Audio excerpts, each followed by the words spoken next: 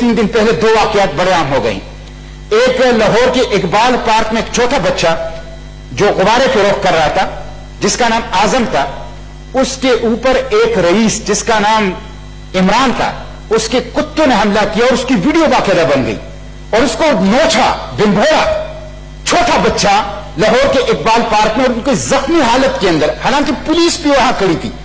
اور وہ ویڈیو کے اندر وہ آدمی صاف نظر آ رہا ہے کہ وہ جا کے اپنی گاڑی میں بیٹھ گیا اور چلا گیا.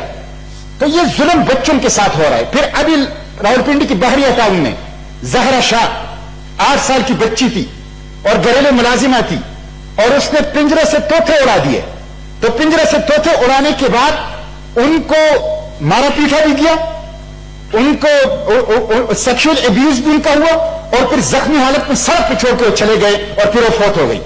مسٹر چیئرمین, وہ یہ دونوں واقعات جو ابھی ریسنٹلی ہوئی ہے, سچی بات یہ ہے کہ ہمیں بحیثیت معاشرہ, بحیثیت حکومت, بحیثیت ریاست اپنے آپ سے پوچھنا چاہیے کہ جس معاشرے میں جنت کے پھولوں کا, معصوم فرشتوں کا, بچوں کا یہ حال ہو, اس طرح ان کا بے رحمانہ قتل ہوتا ہو, سیکشل ابیوز ہوتا ہو, اتنا ظلم ان کے ساتھ ہوتا ہو, تو کیا وہ معاشرہ وہ سروائیو کر سکتا ہے؟ مسٹر چیئرمین, کسی نے بہت خوب کہا کہ پرندے, طوطے